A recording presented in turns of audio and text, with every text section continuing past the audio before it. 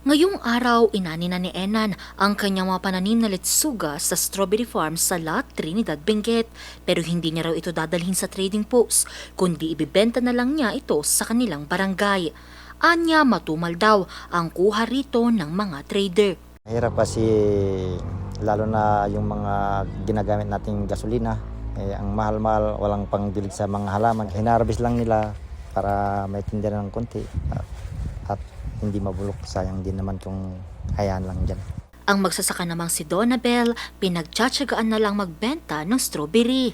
Anya, dapat daw letsugas ang kanyang itatanim pero hindi na niya ito itutuloy sa baba ng presyo nito. Pag ganitong mga April na po.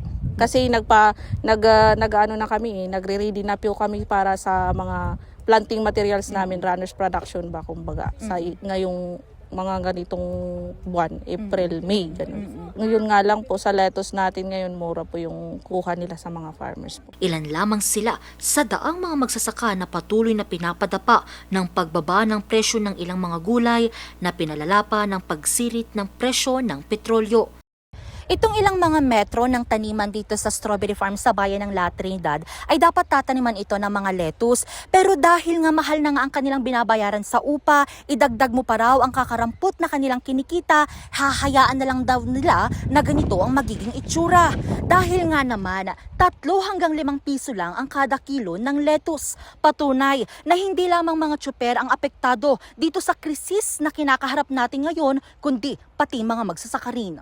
Dahil dito, bumuo na ng Emergency Socio-Economic Crisis Task Force ang La Trinidad LGU.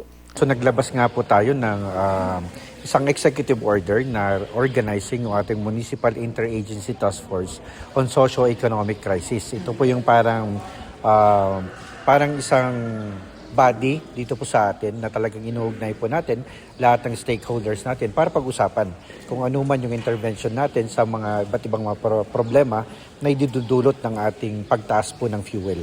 Numero 1 sa kanilang mga tutugunan ang sektor ng agrikultura.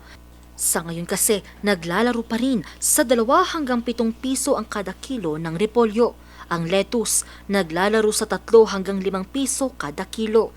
Nakapako naman ang presyo ng ilang mga gulay. Hindi po yung oversupply. It's actually a logistical issue yung problema.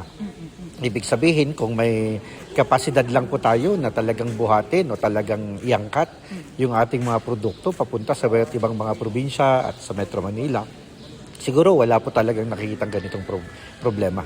Nakikipag-ugnayan na ang task force sa Department of Agriculture para madagdagan ang mga trucks na magdi-deliver ng mga gulay mula La Trinidad papuntang NCR.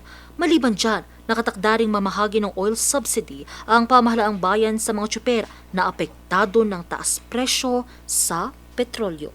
Angel Arquero, Nation on the Move.